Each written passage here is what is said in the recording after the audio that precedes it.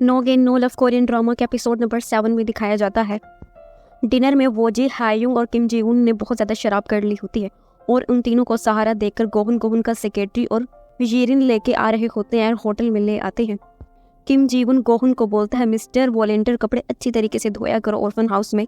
तो हायुन किम जी वुक को मारने लगती है कि ये हमारे बॉस हैं, तुम इनकी पीठ पे इस तरीके से नहीं बैठ सकते, उतरो नीचे नीचे उतरो। येरिन तेजी के साथ एक रूम का दरवाजा खोलती है और हायुन और किम जी वुक को उस रूम में भेज देती है और दूसरे रूम में अपने हस्बैंड को ले आती है।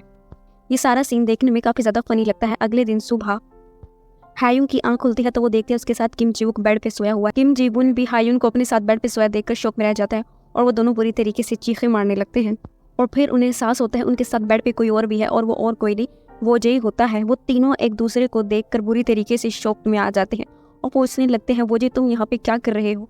तो वो जी कहता है, मुझे तो खुद नहीं पता कि मैं तुम्हारे रूम में कब आ गया। उसी वक्त उनके रूम का दरवाज़ा नॉक होता है और बाहर वो जी की वाइफ होती है जो उनको उठा रही होती है कि उठ जाओ, सुबह का टाइम हो गया है। वो तीनों मज़ीद घबरा जाते हैं और बोलते हैं अब हम क्या करें? तो हायुन बोलती है, हमें इस सिचुएशन में बिल्कुल भी घबराना नहीं चाहिए और कॉन्फिडेंट रहना चाहिए। मैं जाकर दरवाज़ा खोलती हूँ और जाकर दरवाज़ा खोल देती हूँ। येरिन अंदर आकर अपने हस्बैंड को घूरने लगती है और बोलने लगती है, तुम इन लोगों के कमरे में क्या कर रहे हो? क्या तुम शराब पीकर इतने अंधे हो गए थे कि तुम्हें ये पता ही नहीं चली तुम्हें कहाँ पर सोना है? तो वो जी अपनी बीवी से एक्सक्यूज़ करने लगता है। तो येरिन बताती है, आप लोगों के लिए खुशखबरी है, किम जी वुक को किसी और डिपार्टमेंट में शिफ्ट नहीं किया जा रहा, बल्कि उसके बदले ये किया जा रहा है आपकी टीम की हेड जो कि हायुंग है, अब आपकी टीम के एक और हेड भी हैं जो कि और कोई नहीं, मेरे हस्बैंड वोजी हैं। मतलब ये हुआ कि अब हायुन के साथ वोजी भी मिलकर टीम को हेड करेगा। हायुन को सुनकर काफ़ी ज़्यादा बुरा लगता है और वोजी का भी सेम यही हाल होता है। यारिन अपने हस्बैंड के साथ रूम से बाहर निकल आती है तो वोजी बोलने लगता है, आखिर कब तक तुम मेरा कैरियर डिसाइड करो कि अपना फ्यूचर मैं खुद नहीं बना सकता? तो यारिन बोलने लगती है, मैं जो कुछ भी कर रही हूँ तुम्हारे और अपने फ्यूचर की भलाई के लिए कर रही हूँ, बस जो मैं कहती जाती हूँ वही करो और हायुन के साथ मिलकर टीम को डील करो। मुझे यकीन है तुम काफ़ी ज़्यादा तरक्की करोगे। वोजी को अपनी बीवी की हरकत बिल्कुल भी अच्छी नहीं लगी होती क्योंकि उसको पता है कि यारिन का कज़न कंपनी का सीईओ गोबुन है, यकीनन उसने ऊपर से बारिश की होगी जब भी उसको हायुन के साथ टीम का हेड बनाया गया है। वोजी गुस्से में वहाँ से चला जाता है। हायुन और किम जी वुक भी होटल के लाउंज में बैठे होते हैं तो हायुन बोलने लगती है, शुक्र है वोजी को हमारे बारे में कुछ भी नहीं पता चला और ना ही यारिन को शक हुआ है। तो किम जी वुक बोलने लगता है, अगर कभी आगे जाकर तुम्हें ऐसा लगे कि तुम्हें मेरे साथ नहीं रहना तो मुझे बता देना, मैं तुम्हें खुद ही डाइवोर्स दे दूंगा। तो हायुन बोलने लगती है, नहीं अभी नहीं, अभी तुम मेरी टीम में आए हो और अगर अभी हम डाइवोर्स ले लेंगे तो हमारे टीम मेंबर्स को शक हो जाएगा, अभी हम अपनी शादी कंटिन्यू करेंगे। किम जी वो कहता है ठीक है और दोनों उठकर बाहर चले जाते हैं और एक्सीडेंटली पीछे वाले टेबल पे वोजी बैठा उनकी तमाम बातें सुन लेता है और कहने लगता है, क्या ये लोग डाइवोर्स लेने वाले हैं? हायुंग हीसुंग के ऑफिस में आती है तो वो देखती है हीसुंग का बॉयफ्रेंड किसी और लड़की को किस कर रहा है। हायुंग ये सब कुछ देखकर बुरी तरीके से शौक में रह जाती है और गुस्से में जाकर मिस्टर यून से पूछने लगती है, तुम क्या कर रहे हो? हाँ, क्या तुम मेरी दोस्त को धोखा दे रहे हो? तो मिस्टर यून बोलने लगते हैं, हायुंग को यहाँ पर आने दो, उसको इस बारे में सब कुछ मालूम है। तो हायुंग कहने लगती है, सीहू के यहाँ आने से पहले मैं ही तुम्हें ना जान से मार दूं। और मिस्टर यून को मारने लगती है। उसी वक्त सीहू वहाँ पर आ जाती है और बोलने लगती है, हायुंग प्लीज रुक जाओ, तुम ये क्या कर रही हो? मुझे इस बारे में पता है। तो हायुंग शौक में आ जाती है, कहने लगती है कि तुम्हें पता है तुम्हारा बॉयफ्रेंड तुम्हें धोखा दे रहा है। हायुंग घर आ चुकी होती है, काफी ज्यादा गुस्से में होती है। जायुन पूछती है क्या हुआ? तो सीहू भी घर आ जाती है तो हायुन कहती है, पूछो इसे ये क्या कर रही है? क्या इसने कभी बताया है कि ये और मिस्टर यून ओपन रिलेशनशिप में है? मतलब इन दोनों ने एक दूसरे को अलाउ किया होगा, ये दोनों एक दूसरे को डेट तो करेंगे, लेकिन अगर इन दोनों में से किसी का भी दिल माने ये दोनों डेट के टाइम पर भी किसी और लड़का या लड़की के साथ सो सकते हैं। मतलब एक शख्स एक टाइम पे दो लोगों को डेट कर सकता है। तो सीहुंग बोलती है, ये मॉडर्न दुनिया आज के ज़माने में ऐसा ही होता है और तुम भूल गई, तुमने भी तो काफ़ी लड़कों को डेट किया। तो हायुंग गुस्से में कहने लगती है, हाँ मैंने बहुत सारे लड़कों को डेट किया है लेकिन एक टाइम पे मैंने कभी भी दो लड़कों को डेट नहीं किया। आखिर तुम ऐसा कैसे कर सकती हो? ओपन रिलेशनशिप में कैसे रह सकती हो? तुम्हारे लिए ये ठीक नहीं है, एक टाइम पे एक लड़के को डेट करो ना। तो सीहुंग बोलने लगती है, मेरी जिंदगी है, तुम दखल अंदाजी क्यों कर रहे हो? उन दोनों में काफ़ी बुरी तरीके से कैट फाइट हो जाती है। अगले सीन में दिखाया जाता है वो लोग जंपिंग झूले पर झूल रहे होते हैं और जायुन कहती है, सुलह के ये बिना घर नहीं जाओगे। तो हायुंग उसको समझाने लगती है, बोलने लगती है, तुम जो कर रही हो वो बिल्कुल भी ठीक नहीं है, तुम हर्ट हो जाओगी, एक टाइम पे एक लड़के को डेट क्यों नहीं करती हो? तो सीहुंग बोलते हैं, मैंने तुमसे काफ़ी बुरी तरीके से बात की, मैं तुमसे इस चीज़ के लिए सॉरी बोलती हूँ। वो दोनों दूसरे को गले लगा लेती है और इस तरह उन दोनों की सुलह हो जाती है। अगले दिन हायुंग किम जी वुक के साथ ऑफिस आ जाती है तो वो देखती है वो जो उसकी टीम के साथ खड़ा होता है और कह रहा होता है, मैं भी अब तुम लोगों का टीम हेड हूँ और तुम लोग मेरी इंस्ट्रक्शन के अंदर काम करोगे। तमाम लोग वोजी को वेलकम करते हैं तो हायुंग का गुस्से के मारे काफ़ी ज़्यादा खून सड़ता है और वो घूर घूर कर वोजी को देखने लगती है। अगले सीन में दिखाया जाता है पूरी टीम लंच कर रही होती है और बातों ही बातों में वो जी हायुंग के ऊपर टोंट करता है और बार बार डाइवोर्स के बारे में बात करते हैं तो हायुंग खटक जाती है। उसी वक्त उनकी एक कोलीग एयोंग वहाँ पर आती है और आकर बोलने लगते हैं, क्या तुम्हें पता भी है हमारे ऑफिस में क्या हो रहा है? HR डिपार्टमेंट ने काफ़ी ज़्यादा सख्ती करना शुरू कर दी है। हमारे ऑफिस के कुछ लोगों ने कंपनी के बेनिफिट्स हासिल करने के लिए कंपनी से झूठ बोला है और झूठ मूठ के नाटक करके कंपनी के बेनिफिट लिए हैं। एचआर डिपार्टमेंट को इस बारे में पता चल गया है और वो एम्प्लॉयज़ के बारे में इन्वेस्टिगेशन कर रही है कि जो उनको बेनिफिट मिल रहे हैं वो उनके हक में है भी कि नहीं। और एचआर डिपार्टमेंट को जिस चीज़ के बारे में पता चल रहा है और कि उन्होंने कंपनी के बेनिफिट लेने के लिए झूठ बोला है, कंपनी उनको प्रोजेक्ट से बैन कर रही है। हा यूं अपनी कोलीग की बात सुनकर बुरी तरीके से डर जाती है। ऑफिस का काम खत्म होने के बाद किम जी-वुक से गाड़ी में बैठकर बात करती है कि तुमने सुना हमारी कोलीग क्या कह रही थी, एचआर डिपार्टमेंट एक्टिव हो गया है, कहीं उन लोगों को हमारे बारे में भी ना पता चल जाए कि मैंने कंपनी के बेनिफिट लेने के लिए झूठ मूठ की शादी की है। तो किम जी-वुक बोलते हैं अब हमें क्या करना चाहिए। तो हा यूं बोलती है इसका एक ही हल है, तुम एक काम करो, मेरे घर शिफ्ट हो जाओ। अगर कंपनी को पता चल गया कि हम लोग अलग अलग रहते हैं तो यकीनन मुझे भी प्रोजेक्ट से बैन कर दिया जाएगा।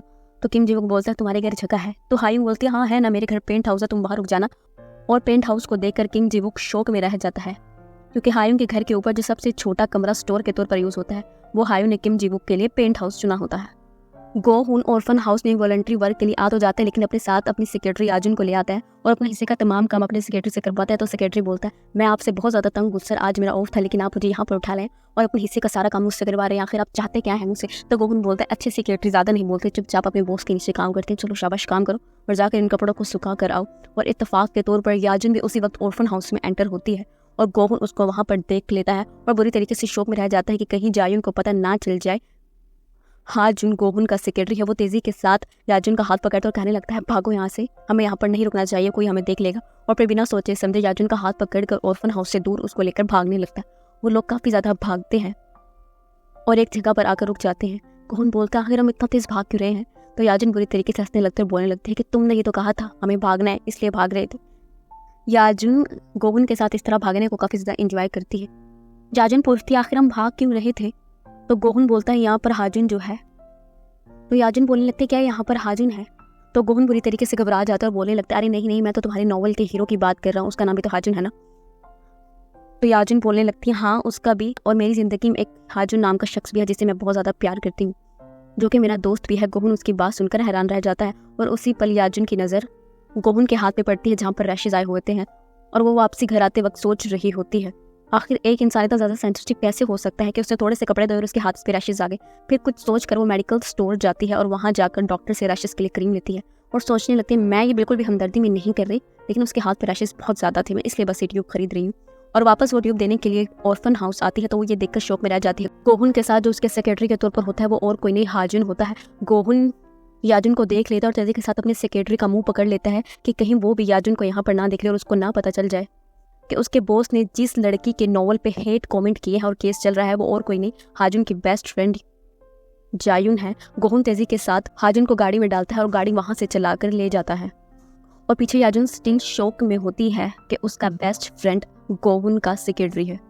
हायुन और किम जी-वुक ने अपने घर में अपने कोलीग्स को बुलाया होता है और एक पार्टी दी हुई होती है ताकि उसके कोलीग्स घर आकर ये देख सके कि किम जी-वुक और हायुन बिल्कुल नॉर्मल कपल्स की तरह रहते हैं और उनकी शादी बिल्कुल असली शादी है। सीहों और जायुन पीछे से तमाम तैयारियां करती हैं। हायुन के रूम को कपल रूम्स की तरह डेकोरेट कर देती हैं और किम जी-वुक के सारे कपड़े हायुन के कपड़ों के साथ रख देती है और वॉशरूम को भी डेकोरेट कर देती है और उनकी शादी की तस्वीर को भी लगा देती है।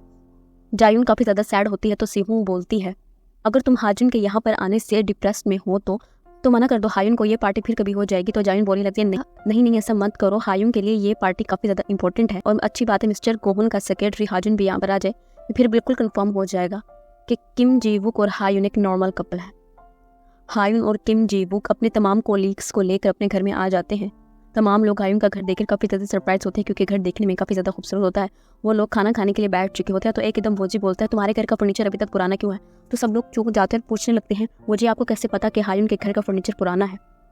तो वोजी और हायुन भी बुरी तरीके से घबरा जाते हैं। तो किम जी-वुक बोलने लगता है दरअसल हमारी शादी जल्दी में हुई थी तो हमने घर का फर्नीचर चेंज नहीं किया, हमारे घर का फर्नीचर पुराना है इस वजह से।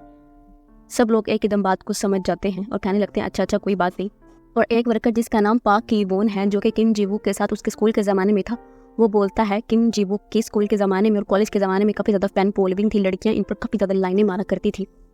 ये हमारे कॉलेज का काफ़ी ज़्यादा पॉपुलर गाय था तमाम लड़की, लेकिन जब किम जी-वुक ने शादी की तो तमाम लड़कियों के दिल बुरी तरीके से पिघल गए। लेकिन मैं हैरान हूँ किम जी-वुक ने इतनी सारी लड़कियों को छोड़कर आखिर अपनी उम्र से बड़ी औरत से शादी की क्यों। तो हायुन पाक की-वोन को गुस्से में घूरने लगती है। उसके बाद तमाम कोलीग्स मिलकर काफ़ी ज़्यादा फन करते हैं और डांसिंग करते हैं। पार्टी अच्छे तरीके से हो जाती है, लोग अपने घर चले जाते हैं। किम जी-वुक और हायुन घर को साफ कर रहे होते हैं तो हायुन पलटकर किम जी-वुक को बोलती है मैं तुमसे हर चीज़ के लिए माजरत खा हूँ। मैं तुम्हारी जवानी को यूज़ कर रही हूँ, ये टाइम तो तुम्हारे इंजॉय करने का है लाइफ को, लेकिन देखो तुम फेक मैरिज में मेरा साथ दे रहे हो। मैं चाहती हूँ तुम नॉर्मल कपल्स की तरह बिहेव ना करो अब, और किसी को असल में डेट करो। खुशियों पे तुम्हारा भी तो हक है। तो किम जी वो कहने लगता है, आप चाहती हैं कि मैं किसी को डेट करूँ, वो भी असल वाला, और उसके साथ प्यार मोहब्बत की बातें करो। तो हायुंग बोलने लगती है हाँ।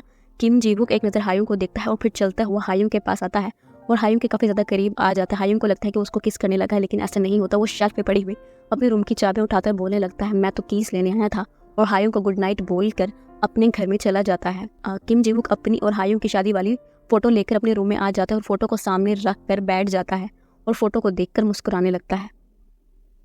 किम जी को लगता है कि घर के बाहर कोई है। वो तेजी से बाहर निकलता है तो वो देखता है कि हायुंग बाहर खड़ी होती है। हायुंग एक नज़र किम जी को देखती है और फिर तेजी के साथ किम जी के पास आती है और उसको किस कर लेती है।